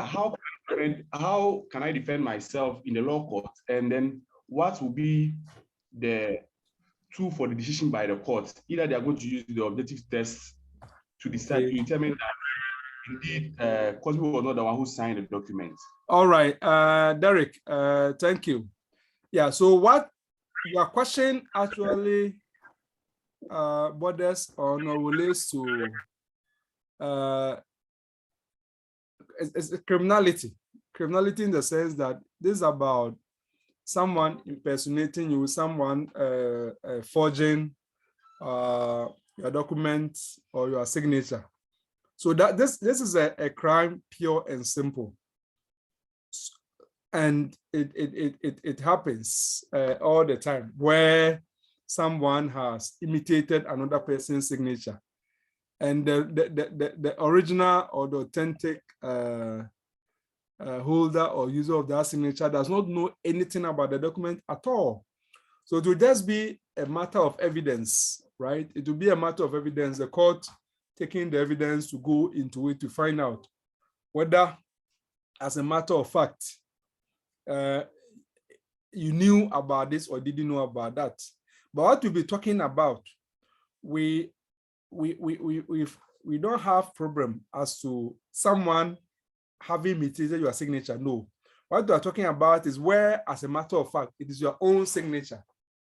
So what your example is one of a crime, right? Because the rare owner of the signature does not know anything about it. And another person has actually copied or mitigated it and trying to pass it as the work of the rare owner of the signature. So that one is different. But what we'll be discussing in the case of where, like the Schulers and Gracob, you sign it yourself, or the cases against chemical cleaning, you sign it yourself. However, you sign it as a result of a certain deception. So that one is different. But what you are talking about, where you've not signed a signature at all, someone has forged it or someone has mitigated it, that one you can easily be excluded from the effect of it, where the evidence suggests that you're completely innocent and you don't know anything about it. Good. So we want to look at the second instance where we establish that exemption clause has been incorporated into the contract. So we are talking about incorporation by notice. So here, the document does not require signature of a person for you to be bound. So where the contract does not require anyone to sign anything, how can we be sure whether a certain exemption clause, as a matter of fact, was duly incorporated in the contract? It forms part of the contract. So where you are dealing with unsigned contract or contract which does not require signature, the position of the law is that reasonable and sufficient notice must have been given regarding the existence of the clause. In other words, where the transaction is said that there's no need for anybody to sign anything, before we can actually conclude that a certain exemption clause forms part of the transaction, there must be evidence that the other party was given reasonable and sufficient notice regarding existence of that particular exemption clause. And this happens, let's say, in car park, right? You go to a car park, you park your car there. And for example, I parked my car at the Accra airport, right? I returned there yesterday because I'll go back on Wednesday. So the car is going to be there, let's say, for a certain number of days. I've taken like the ticket. Let's assume that there are certain things which they want to be part of the contract and say that, okay, if you've left your valuable in the car, management of the airport car park is not prepared to accept any responsibility or liability for any loss which may occur to valuables left in the car. Assuming that is meant to form part of the contract. Now, according to this aspect of the discussion that you are doing, reasonable and sufficient notice ought to have been brought to me so that in parking the car there, I will know that the management of the car park is saying that if there is any valuable in the car and anything happens to it, the management is not prepared to accept responsibility. Where there is such sufficient and reasonable notice, then should it happen that I go and valuable are left in the car is missing, and I sue the management of the car park, they will be able to place reliance on the notice, which said that they were excluding liability for any loss which may be occasioned to valuable in the car. And a similar point happened in the case of Parker against Southeastern Railway. A woman or someone deposited a bag, and a gentleman deposited a bag in the, if you like a storage room of a rail station, and having deposited it, was given a ticket, and on the front side of the ticket, it was written, "See back." So if you look at the back, it was stated that the railway, that is the company which owned the storage facility, was excluding liability for items worth £10 or more. In other words, if you had any item in the bag which were living in the store and the value was more than £10, then they were not prepared to accept liability should anything go wrong. And Mr. Parker, who had gone to deposit his bag over there, did not read the clause, thinking that the ticket was just a receipt for the payment that he had made. Now, later on, when he went for his bag, some things were missing and the matter came to court. During the trial, Mr. Parker admitted that he knew that the ticket contains some writing, right? But he did not read it. So the trial was a trial also involving like a jury. So the question which the court had to address was whether the words, right? Whether the words at the back of the ticket, which were to the effect that the company was not prepared to accept liability for any item worth £10 or more, whether they form part of the contract which was made between Mr. Parker and the company. And to resolve that, it was necessary for the court to determine whether reasonable and sufficient notice of that had been given to Mr. Parker before or at the time that the contract was made. And it was in that context that the Court of Appeal, speaking through Lord Justice Mellish, made the point, and I quote, "I am of the opinion, therefore, that the proper direction to lead to the jury in this case is that if the person receiving the ticket did not see or know that there was any writing on the ticket, he is not bound by the conditions. That if he knew there was writing and knew or believed that the writing contained conditions, then he's bound by the condition. That if he knew there was writing on the ticket, but did not know or believe that the writing contained conditions, nevertheless, he will be bound if the delivering of the ticket to him in such a manner that he could see there was writing upon it, was in the opinion of the jury, reasonable notice that the writing contained conditions," unquote. So Lord Justice Mellish was making the point that the most important thing to note in a case of this nature is that having regard to the manner or the circumstances in which the ticket was given to the man, could it be said that reasonably he could have had sufficient notice regarding existence of that exemption clause? In other words, in the usual course of things, if someone goes to deposit his bag in a place and is given a ticket, and let's say that it is written on front of the ticket that "see back," should we assume that the person will definitely be aware that the contract that he's making with the management of, let's say, the store or that facility include the words at the back of the ticket? Well, it is a matter which will be resolved on case-by-case basis. But the principle which will guide the court is that using the reasonable man's position, using the objective test.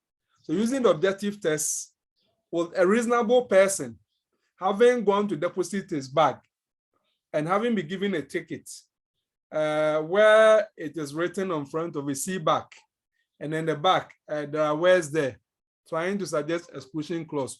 Would the reasonable person have been prompted, for example, to read it so as to be aware that the contract that he or she was making with the company, for example, included those words at the back of the ticket? So that is the crux of the matter.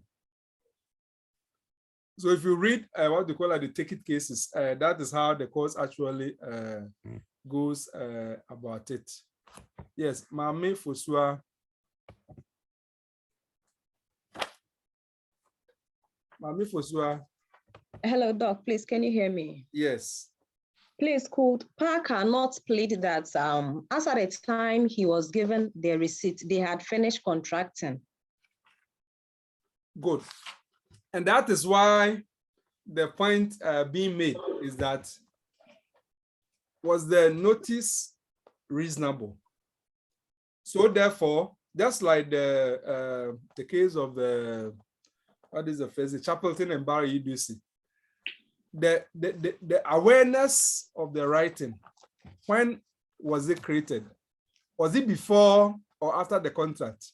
If it was before the contract or at the time of the contract, then it can be considered that it formed part of the contract. On the other hand, if the point is that the ticket was after the contract, and for that matter, the ticket was supposed to be like a sort of like a receipt, then in the usual course of things, a receipt will come after the contract. And for that matter, if anything is written on it, it is not meant to form part of the terms of the contract. On the other hand, if you read other subsequent cases, the suggestion will be made, especially if you read the case of the Taunton against the shoe lane parking, suggestion will be made that if before the ticket or the receipt was issued, for example, there are some indications suggesting that when you get the ticket, look at it and things are there, then the assumption may be that you are giving notice that the contract that you are making also include the words at the back of the ticket. But that would be a very extraordinary circumstance. Otherwise, by and large, the proper thinking is that you must be aware of the exemption clause before or at the time and not after. And tickets and receipt are actually historical. They're after the transaction. Yeah, so that is the position. So look at the case of a Thompson and then the case of a Taunton as well. They're very interesting cases. So like the Thompson against London, I noticed Evans' hands is up. Okay, let me release Evans. Evans. Doc, Yeah. Doc, please, I'm a bit confused here. What factors determine reasonable notice? I'm asking that in respect to, I know you haven't mentioned this case, but Nadu versus Birchwood Hotel, which Ole and Marlborough. Okay, we'll come to it very soon. Yes. Okay, let me use that to make it very simple. You go to hotel, for example. Okay, maybe the railway one, and then the car terminal one. The nature of the circumstances, for example, just like the car park at the port I mentioned, may not be a very good illustration of the principle. But the hotel is a very straightforward illustration. You go to hotel. Question is, at what point is the contract made? The contract is made where you sign up for the room and not when you've actually gone to the room to put your things there. So if you look at the case of the Ole against Marlborough, we had a couple which went to a hotel. They sign up for a room and everything there. They were taken to their room. And when they went to their room, they left some of their things there. And later on, they went out and came back. Some of their things had actually been stolen. And when they sued the company said that, well, in their room, they had written there that the management of the hotel will not accept liability for any loss or damage to valuable. So the crucial question was whether the wares which they found in the room were meant to form part of the contract which they entered into the hotel. And that in itself depended upon at what time was the contract made. Was the contract made at the reception when they signed up for the room, or the contract was made when they entered their room? And the court said that, well, in the ordinary course of events, the contract is made when you sign up for the room. And if the hotel management wanted anything to form part of that contract, they should have been made aware at that time or just before and not after.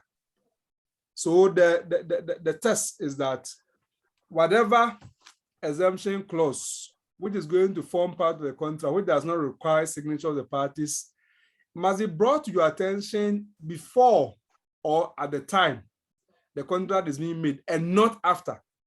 So that is the most important thing. So all the time, if you are given any set of facts and you need to determine whether a particular term, which does not require signature, forms part of the contract or not, was there reasonable notice? And then the reasonableness of the notice here, as I said, will depend upon like the objective test.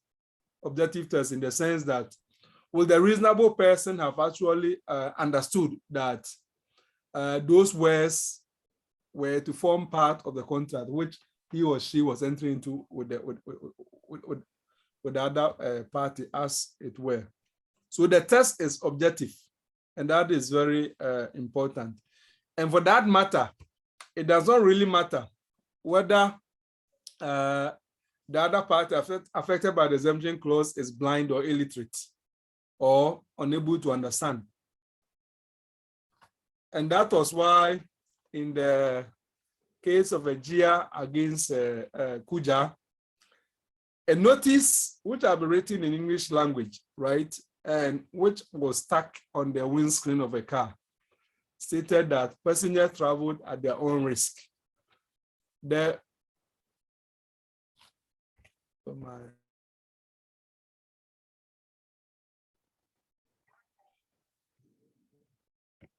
My line went down, sorry. Yeah, so in that case where let me share the screen again.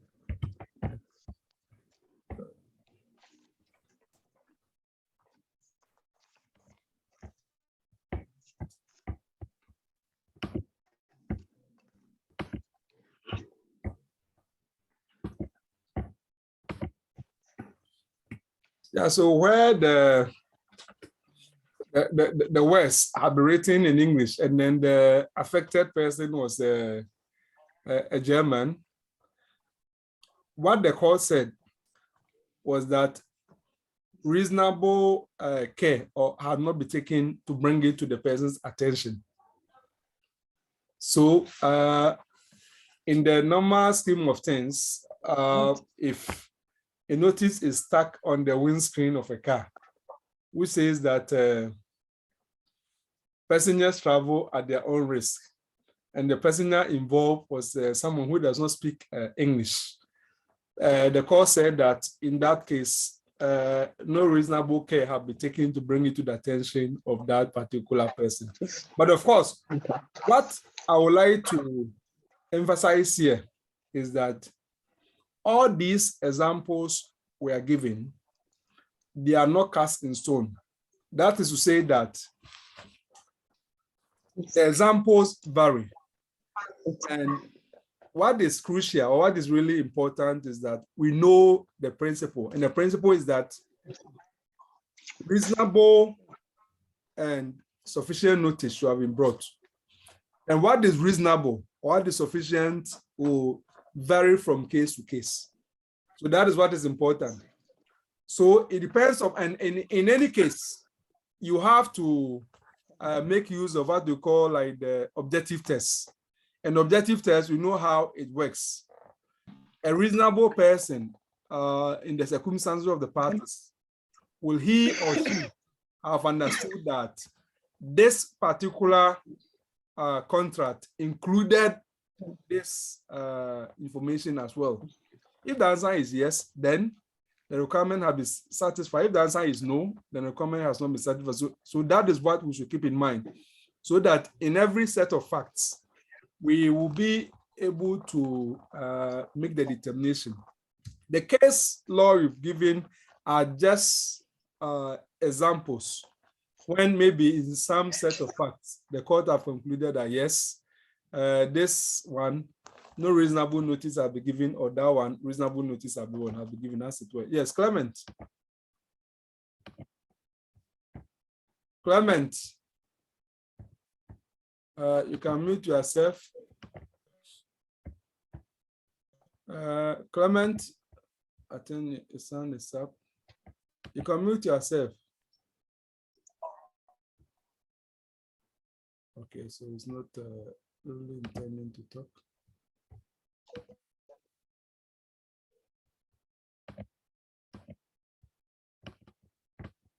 Oh, and the command is not working, eh?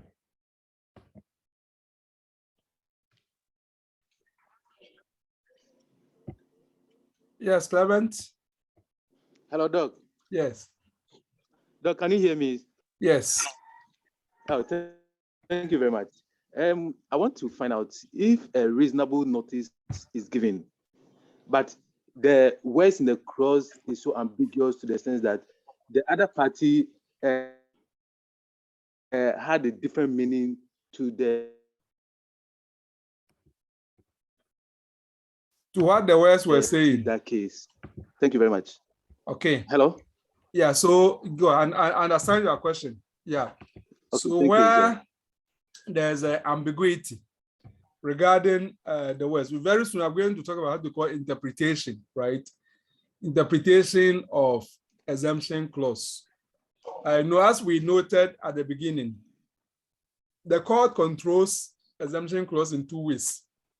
The first one is about whether it has properly been incorporated in the contract, that is, whether it forms part of the contract. And what we are doing so far is that we are trying to look at how the court will conclude that the exemption clause forms part of the contract. So we look at situation where the contract requires signature. And that one, you've noticed that the position of the law is that insofar as you have appended your signature, you are bound by what the exemption clause is saying. Of course, we have exception. That is where there's fraud and misrepresentation, or we are talking about non-ex factum, then you'll not be bound by the exemption clause simply because you've signed it. So that one, you talk about that. And now we are talking about those situations where you do not have to sign the contract. So in a situation like that, how can we say that you are bound by the exemption clause? In that one, we have noted that the position of the law is that you should have had reasonable and sufficient notice of the exemption clause before you be held bound by it. And that is why we'll be looking at all these instances.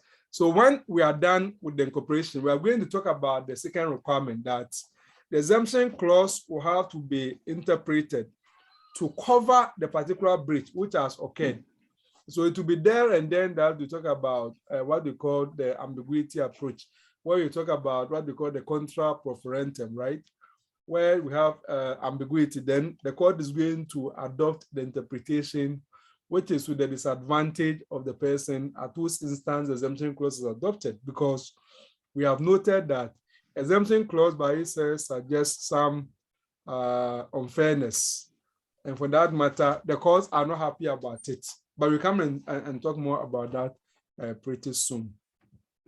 So another point to note, where the exemption clause does not require signature, is that you must draw attention to any unusual clause. If you say unusual clause, things which are not really common, if you want it to be part of the contract, then you must draw a person's attention to it. For example, if I drive my car to park in a car park and you want to say that you as the owner of that car park, you do not want to accept any liability for any loss or damage. If that is what you want to happen, you must adequately bring that to my attention so that I know that if I come and park there, I'm parking at my own risk. But if you don't do that, and if something should go wrong, you will not be here to say that, well, you are not bound by it. So the point is that any unusual clause might be brought to the attention of the other party against whom it is going to work. So let us keep that in mind. And the case of interphoto picture library against the styletto visual programs is very illustrative of the point that where there are onerous conditions, right? In other words, where you want to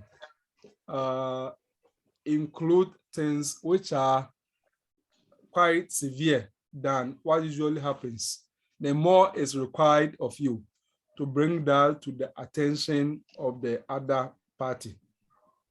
And that was why, if you look at the case of interphoto picture library against the styletto visuals programs, the clause in that particular case was held not to be an exemption clause, but a clause. And why was it so? Because, excuse me, there's a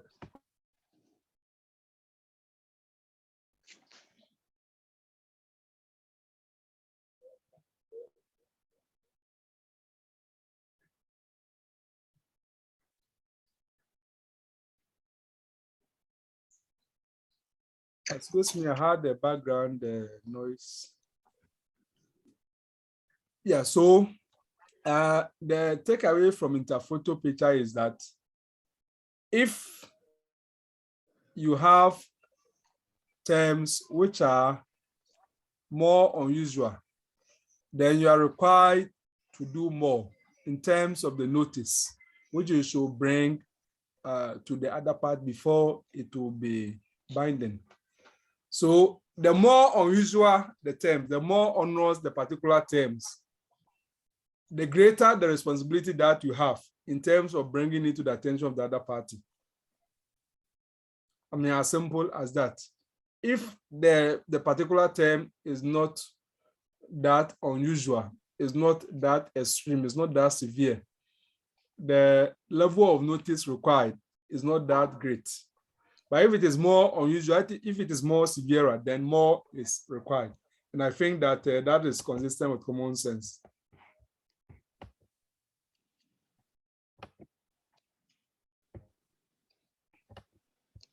So for example,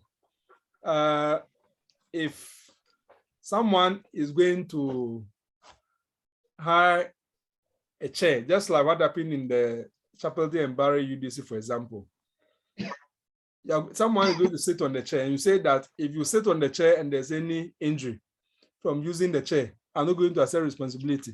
That is quite unusual. Because if you are renting a chair and someone renting, the person sits on it and collapses and the person is injured, you must bear responsibility, because it means that the chair was defective. So if you want that to be the case, then the law is that you must take adequate steps to bring that to the attention of the other party.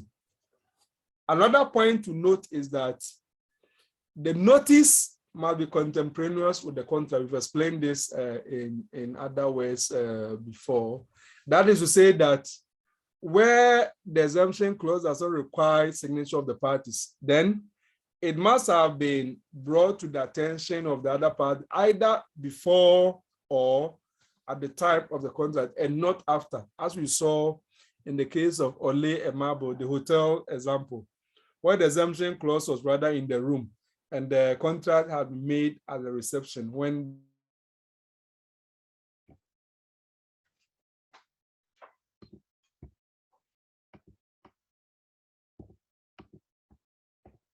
Okay, now we want to talk about incorporation by course of dealing. So that is like the third means of trying to satisfy the requirement of incorporation. So incorporation by course of dealing. So how does that work out? Well, where there has been, somebody asked a question about the course of dealing. Now, where there has been an established course of dealing between the parties for a long period of time, and that course of dealing, for example, sorry, I don't know why the internet is becoming unstable. You'll be finishing soon. Sorry, I don't know what is happening to the internet.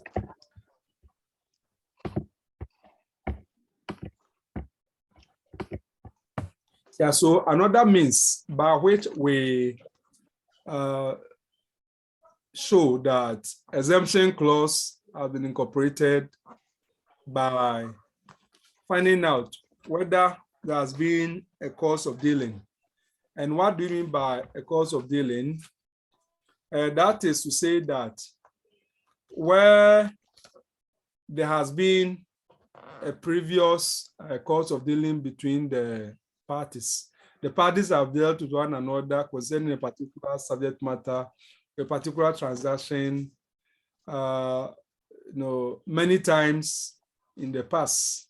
Then, if there's an exemption clause, which, for example, had been incorporated in the previous transactions, and if it's the same transaction, which is being repeated, then because of that established course of dealing, it can be taken for granted that that exemption clause is incorporated in the contract, which is being made now. So if we take the case of a Sparling against a Bradshaw, for example, there had been many years of dealing between the defendant and the plaintiff, and they were warehouse men. So the defendant delivered to the plaintiff for storage 8 barrels of orange juice. And a few days later, he received from them a document acknowledging the receipt of the barrels and referring on his face to clauses printed on the back. One of the clauses printed at the back exempted the plaintiff from, quote, any loss or damage occasioned by the negligence, wrongful act, or default of themselves or their servants. When ultimately the defendant came to collect the barrels, they were found to be empty, and the defendant refused to pay the storage charges, and the plaintiffs sued them. So when they were sued, the defendant made a counterclaim. If you remember from your Ghana legal system, a counterclaim is where you have sued me and then I also sue you back. So the defendant made a counterclaim and for negligence. And the plaintiffs, in the answer to the counterclaim, pleaded the exemption clause. Don't forget that there was an exemption clause that do not accept liability from any loss or damage occasioned by negligence, wrongful act, or default in any way. So, before the court could determine whether such exemption clause was adequately incorporated in the contract or not, the court took evidence and went to the fact that there had been a consistent course of dealing between the parties. And on basis of that, the court could actually come to the conclusion that the defendant was bound by the exemption clause, which the plaintiff was pleading in defense. But what is important is that in the Sparling and Bradshaw, the court took pains to find out whether there has been established course of dealing, and that established course of dealing has been consistent, not just one-off, if you like, dealing. No, And then one-off dealing may not be enough for the court to say that exemption clause can be incorporated by a course of dealing. There must have been consistent course of dealing. But of course, sometimes it's not very easy to determine that, as the case of McToon against David McBrain Limited who suggests to you. But where you are trying to rely on course of dealing as a means of showing that exemption clause has duly been incorporated, if it is against a consumer, more than one transaction will be required. A number of transactions will be required before the court to say that exemption clause has duly been incorporated by a course of dealing. And if you look at the case of Holier against Ramblers Limited, it is illustrative of the fact that where you are trying to rely on the course of dealing for establishing the existence of the exemption clause against a consumer, you must have had many previous transactions before the court would accept that. So we have now explored how the court will determine whether exemption clause has been incorporated, whether it forms part of the contract, either by signature, by notice, or by course of dealing. So when we meet again, we will discuss interpretation of the exemption clause. In our next class, we will discuss interpretation of exemption clause and also construction of terms of contract in general. And that will mark end of discussion of terms of contract. So we will end it here, and then we continue the last aspect in our next class, unless there are some questions. Otherwise, we end it here.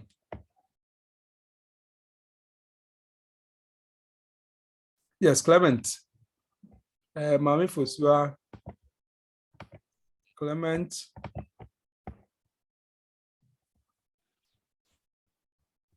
Mami Fosua, your hand is up. Yes. Doc, thank you very much, Doc. Okay. One person at a time, please. Yes, Mami Fosua and then Clement. Doc, please, can you hear me? Yes. Please, I wanted to ask that could notice be implied? Could notice be implied? Yes. For instance, let's say you get to a hotel room and you are given the permission to, let's say, put a password on a safe where you can put your valuable belongings. And you do not do so, but then try to sue the hotel for, let's say, a missing money or something of that sort.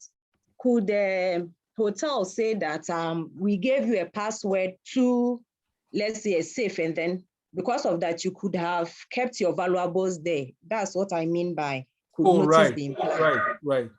Okay. Yeah, so where, yeah, I get your point.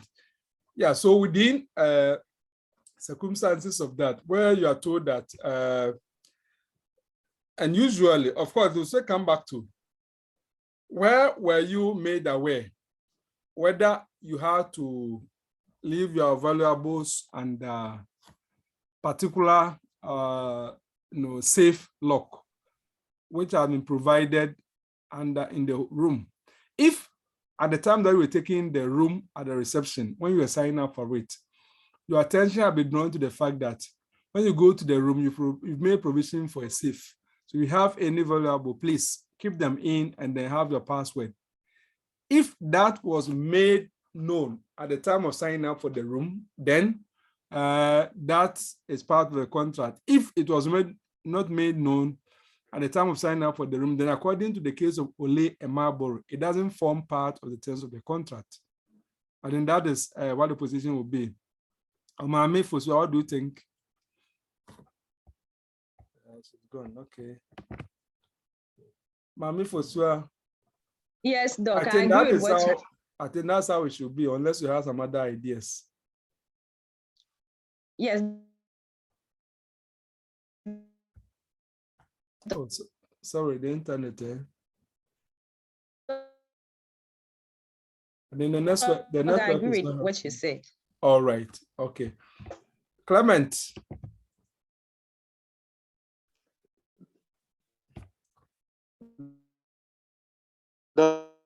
Yes. Thank you very much. When you started, so I'd like to appeal if the recording. Yes, so I will save it and made, try and send it to you. Yes. All right. Thank you very much. So we will continue.